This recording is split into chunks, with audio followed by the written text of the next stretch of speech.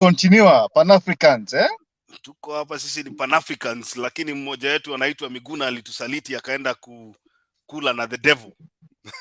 Unajua hata mtu alinishangaza ni Maraga. For all the people, I never expected atalambishwa abadilishe principle.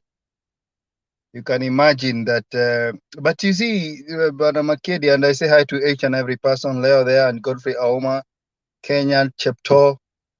The thing is, it is very hard to be a Moi in this generation. Hiyo ndio kitu watu hawajui. That this time, we are here in the, Moi did not even have such an, we didn't even have such a forum in the dark days of Moi.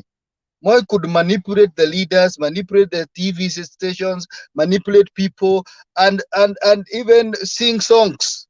We even sang patriotic songs praising Moi. So his tenure was not per se controlled by. He could manage to control everything. The instruments of power. There was no internet.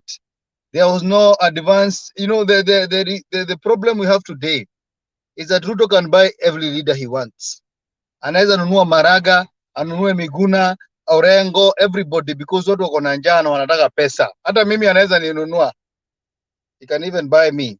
But the problem with the public, they are impatient, they are agile.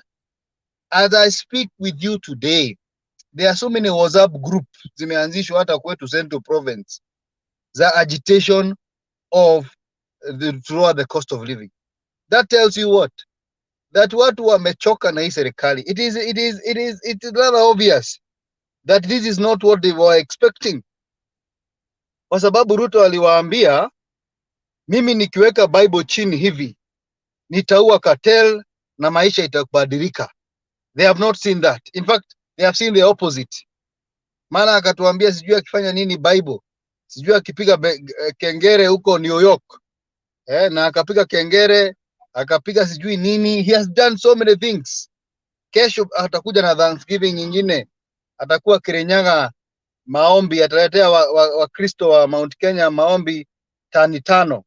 Hiyo vitu watu hawataki, because they have seen hata hii project na commission, they are just hot air. Hakuna kitu Ruto atafanya. In fact, hakuna kitu wamefanya for 110 days, and that is obviously what people can see as we speak right now. The dollar is at 128, at 134. Ni nchi gani hii ya kuongea story na mtu anafikiri that we are doing well? So it is difficult to be a Moi in 2023. People are talking. In fact, 8 million people per Chebukati, the gospel according to Chebukati, 8 million people did not vote according to Chebukati because he's a liar. Then another 7 million voted for Baba. Another 7 million voted for Ruto. In my own observation, according to that numbers, is that the numbers that voted for Ruto are the ones now coming to the opposition. That's why you play the clip ya nini hao ma pastors, because they are now realizing this was not a born-again Christian as they thought. Because a born-again Christian does not entertain stealing and murder. But now we have seen corruption is now an institution. In fact, we need to close EACC, because all what they are doing today ni kufuata mtu ambaye ameiba sijui kuku, sijui askari amepewa 50 bob. Hiyo ndio vitu. They are not hawezi guza mtu ambaye ako politically correct. In fact, they cannot touch anybody who is powerful in this country. EACC should be closed. Courts should be closed, because right now, if you are not a thief in this country, Leo, and you know you are in this country, you are out of fashion. Sasa hii unatakiwa kuwa mtu ukiamka asubuhi unatafuta deal ya serikali ya kuiba. And that is why you see there was an article yesterday, I think the day before yesterday, in the Business Daily, that said that the investors and the people with money are not spending. Why should you spend in a country where there is no foreign policy, there is no economic policy, there is no policy that is making you have the confidence that if I pour my money, niweke kibanda Kenya mzima ya kuuza mahindi, ya kuchoma mahindi, how will that money come back? Hiyo pesa yote itaibiwa na Gachagua na Murkomen na hii government. Why should you waste your money with a government that cannot protect your taxes? Why do people pay taxes? People pay taxes so that they can get services. And if your taxes is not being seen, or you cannot track it, you cannot see what it is doing for you as an individual, why should you pay it? And that is why you see Kibaki was having an easy time, because everybody was volunteering to pay taxes. Because within the first 100 days, we had free education. We had good hospitals. He had started to establish a good product of loans. What have we seen in this government? That someone, because he's been having a relationship with the president, or he has a good books with the president, or I don't know what kind of relationship, he is forgiven his tax that he's supposed to pay. Like that lady who was forgiven 2 billion shillings. This is money that he was supposed to pay, because KRA does audit, and this audit comes with the money that they see in the banks, and the orders that you have received, because this company was given some orders, some tenders to do, so they were paid. But the KRA was asking, now because you are paid this amount, can you pay us this amount? He forgave the government forgave that person, yeah, and said that we enda nyumbani, hiyo 2 billion ni kitu kidogo. Akaambia Kariuki hapa Thika, enda nyumbani. Kiroche, enda nyumbani, alafu mimi na wewe tunaambiwa tulipe tax. Are we mad? Tuko kuenda wazimu? Ni hawa walipe ndio tulipe. You have to build confidence. That's what happens in the whole world, yeah. Kwa hivyo, we as the people of Kenya, we have come to realization that this government is taking us into now. After you are talking about 10 years of this government, how, where? Ikimaliza hii mwaka ukuja niwanunulia chai, because I am sure the vitu zinaenda zikipatana, economic trajectory inaenda ikipasuka, political inaenda ikipasuka, so they will converge somewhere, and then the trigger point will come. You can talk so many things. You can quote the Bible the way you want, Genesis to Revelation. Yeah, take prayers, Thanksgiving, Monday to Tuesday to the other Monday. But the symptoms of corruption can be seen. People are not working. In fact, if you go to, CBD right now, unakuta duka imefunguliwa for 3 days. These are the people who voted. Actually, these are the same people who voted for even Kenya Kwanza, thinking that cartel was stopping them from selling. Unafungua duka from Monday to Tuesday, hakuna kitu unauza, and you are expected to pay rent. Na unajua watu wana renting hizi offices za Nairobi per square feet, kare ka square feet pale. How do you pay rent? How do you pay electricity? And then you are telling me we are going to be smiling with those Thanksgiving services. Kila weekend ni meno na kuambiwa hadithi za Abunwasi. Ati sijui tulienda hivi, unajua tulikuta serikali haina pesa, na sasa ile pesa tumepata tunaenda Mount Kenya Safari Cup, tunakula kidogo, tunapanda ndege 6, tunafuatana na mabrado 18. Bibi yangu akitaka toothpick anaenda Dubai, toothpick. Bibi anapanda ndege Dubai, ati toothpick za Dubai ni nzuri. Akipata homa, hii inaweza kuwa COVID, wacha tuende Australia. Na tulipata coffers hazina kitu. We have to change our way of thinking. And as Kenyans, we have to realize there are times of jokes and times to be serious. This government must resign. They are unable, they are incompetent. There is nothing that is happening that is making sense. The inflation is out of control, is almost 10%. The dollar against the shillings is over 120 and 34 bank rates. And then you're telling me things are okay. They are not okay.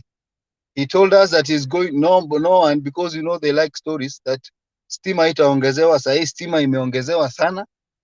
People are selling poultry farms or poultry business. They are not doing it because it is very expensive. And then you're sitting there thinking that things will be right.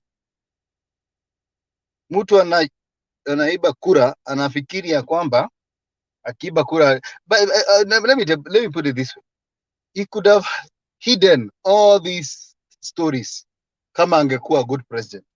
Sasa ametoa subsidy zote, saa hii wamepea wazee pesa kidogo, sasa wametoa tena kwa budget, yeah? All of a sudden school fees ndio hiyo. CBC hatujui, juzi wametoa NEC exam jana, with a lot of malpractices. Watu wajai hata shinda shule na walikuwa wamepewa leakage na government themselves. This is unbelievable. We are destroying their education. Na watu wanasema hapa tunachukia Ruto. We don't hate Ruto. We hate the way he behaves. So kwa hivyo wananchi, we have to realize this is no longer a joke. Watu Nairobi wanahama wanarudi, hata nimeona watu wanatoka Kibera wanapelekwa nyumbani. It's becoming unbearable. Adhali uende tena nyumbani ukakula ile matunda ya msitu, because it's becoming unbearable to live in Nairobi. Because kama uko Nairobi saa hii na mshahara yako ni chini ya 150,000, you are doing a lot of nothing here. Because fare itself inachukua karibu 20 to 25,000 na rent inachukua karibu the same amount. Utakula lini na ulipe school fees when? So we have to come to a realization that we do not hate this president. We just hate he cannot manage public policy. He cannot govern. And that is it. And we call upon him to be a man enough and to resign and say, it is true, I am unable to lead this country. And then he's not a leader. He's not a leader. Yes, he is. So he should admit that he is good in speaking, storytelling. Yeah. Zile vitu alikuwa anatuambia baba anapeananga ati sivijui vitendawili. Yeye ndiye kuna vitendawili, because these are the stories. Vitendawili ni hizo vitu kila Sunday. Unajua tutatengeneza damu 100, tutatengeneza stadium, tutafanya nini? Tutatengeneza super highway 10. All those are stories. And we need a government for the people. Right now, we need to change this constitution as soon as possible. In fact, we do not need a president in this country. We need a council now, iwe inaongoza nchi. From every region, wanaenda wanachaguana huko kwa bunge. We don't need a president in this country, because it becomes now, we have elected a president, and now Kenya are helpless. Tukipagua president sasa, it doesn't matter hata kama atawapiga na ngumi. We are helpless. We cannot talk. We cannot do anything. We need to change this thing. This is a foreign constitution that does not help us. Tunataka tutengeneze council ambayo inatengenezwa kutoka kwa bunge, iko na regional leaders, na wanakaa chini wanasema huu ndio wataongoza hata kama ni miezi 2. Because we have seen even the ministers, Australia resign juzi after sijui how many days. Wengine wana resign within 3 months in UK. Because when you are unable to lead, bite the bullet and go home. And we are telling the president, go home. You are unable to lead this country. And it is not a bad thing. You can still save your reputation by saying, I'm unable. We need somebody else to take over. It's 100 and something days, and life is unbearable in Kenya. It's unbearable. Thank you, Richie. I just felt I needed to say that because we are not helpless. I don't want people to think that we are helpless. Now we have to wait for 5 years, and then he appoints another Chebukati. They go to Dubai in a particular 5-star hotel. They plan on how to rig an election. And I said, this is very unfortunate. Makiadi, where you live, if there is security there, if the security plans to steal from you, if the watchman plans to steal from you, my friend, they will succeed. Because he knows when you're around, when you're working, when your key is, which keys you use. And that is what Chebukati did. They planned these things, tambo sana. 2 million votes, kula kidogo, but they were very, very meticulous, because when the insider is helping you, it's very easy. Si kama kuvunja bank na bunduki, hapana. Hii ni ile mnakaa na mwenye anahesabu, unamwambia hapa weka 100, wale 10, 20, mishoe zikijumulishwa unakuwa the most popular leader in quotes.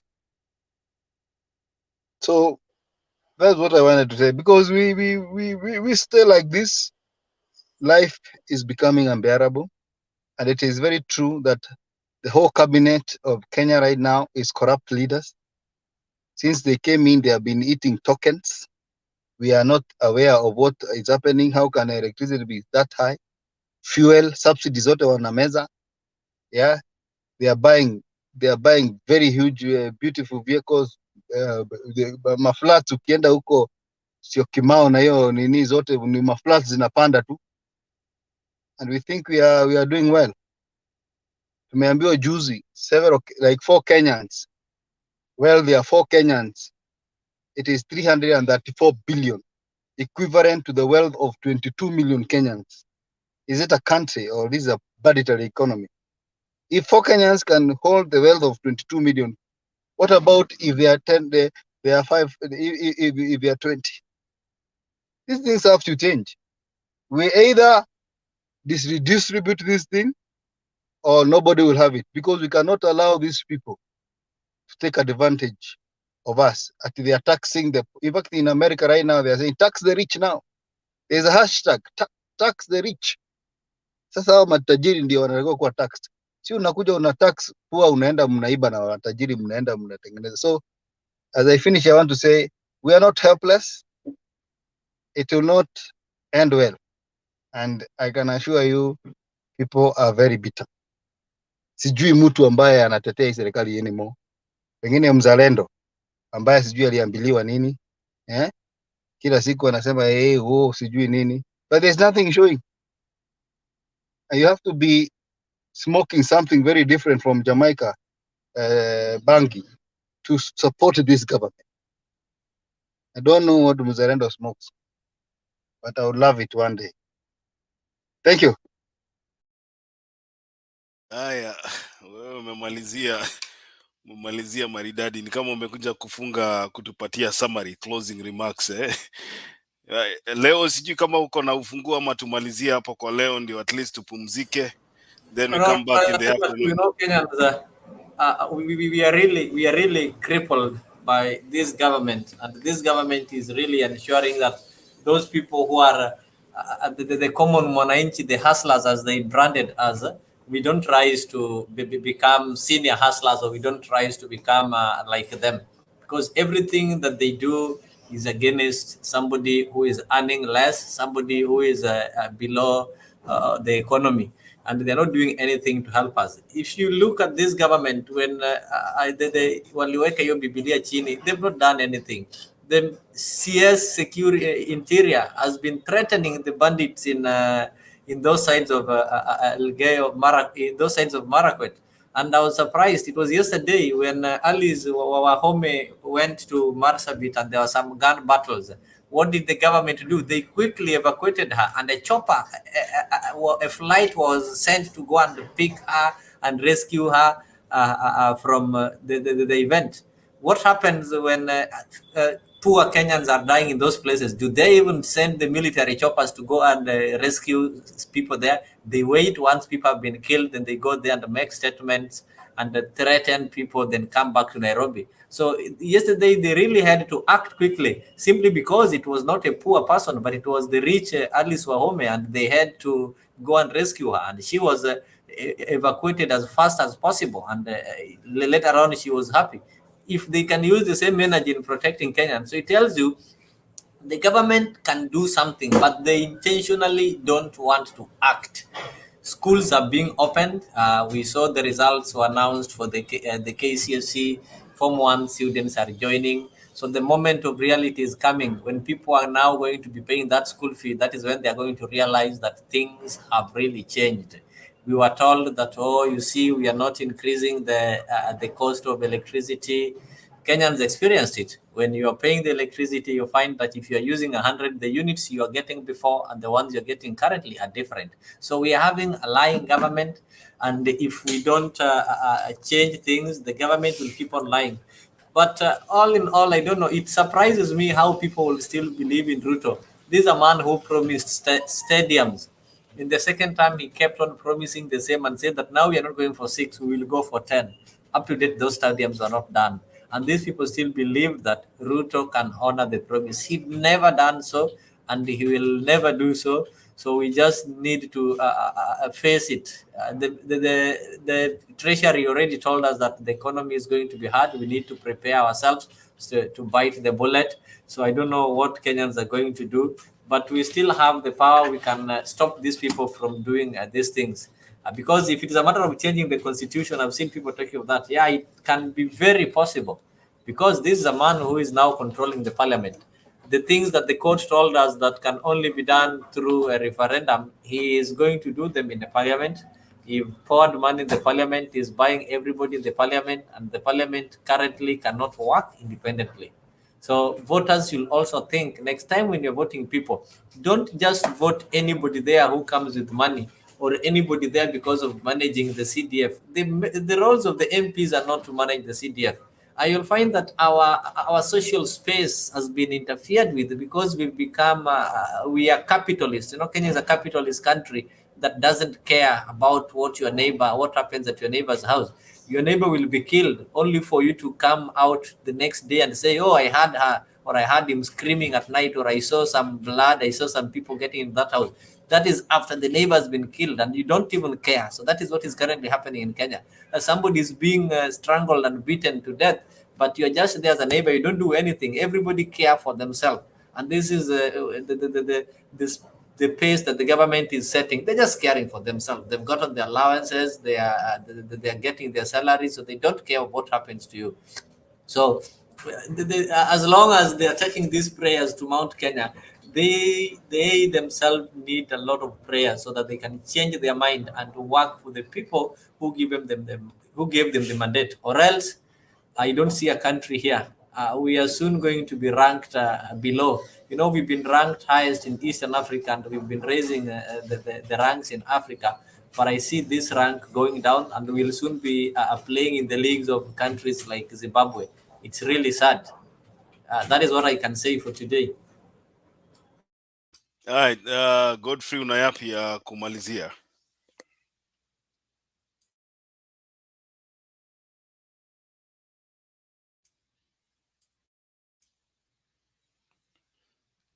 Unmute.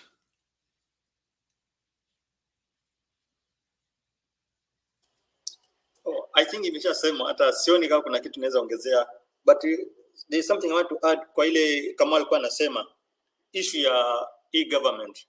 Aliongea kuwa mtu akipata siji 150,000, amesahau kuwa kuna watu wanapata less than 20,000. Kuna wengine watu wanalipwa less than 10,000 a month. Hao watu wanasurvive vipi? Everything imesimama. So we just need the direction. The direction ni kwanza server zifunguliwe, tujue ukweli kabisa, tuwe sure kabisa hii ndio kitu li happen, then tuingie kwa field. There's nothing to wait mpaka miaka 5 ishi. Aya, mimi sina mengi ya kusema. Nilikuwa tunaongea mambo ya Western powers. Ninasoma gazeti ya leo inasema some foreign powers are pressuring Raila Odinga into a handshake with William Ruto. Na inasema a handshake between Orange Democratic leader Raila Odinga and President William Ruto could be in the offing. Leaders close to the former Prime Minister have intimated. According to Secretary General Jubilee, some Western nations had initiated talks seeking to convince opposition parties under the banner of Azimio la Umoja coalition to ease pressure and slow down on politics through their respective embassies in the country. Ni ile kitu tulikuwa tunaongea hapa mapema tu leo, hata haijapita. Hii ninasoma ni The Star. Yeah, I think in The Star, sijui kama. So ile kitu nilikuwa nasema hapa, ukiona Raila kila wakati anataka kumeka declaration, you can see vile anakimbizwa na ambassadors. Mimi sijui hata ambassador na high commission anaenda Capitol Hill kufanya nini, which is not even a government office, ni ofisi private, lakini unafaa ujiulize ni kitu gani inampeleka huko. And this is what I was telling people here. Haitashangaza sana kuona Raila Odinga akiamua kusema ni sawasawa, wachaneni na huyo kijana, wanamuita kijana although mimi najua ni mzee, aendelee kufanya kazi yake kama president, because there are foreign powers ambao wako so much interested in the politics of Kenya and making sure ya kwamba their interest imekuwa catered for, and because they found somebody who does not question. Unajua Uhuru Kenyatta alikuwa anasema no na inakuwa ni no. Mwai Kibaki alikuwa the same. This guy akiambiwa leta GMO anasema leta, akiambiwa sijui nini anasema ni sawa. Kwa sababu gani? Kwa sababu amepata watu ambao sasa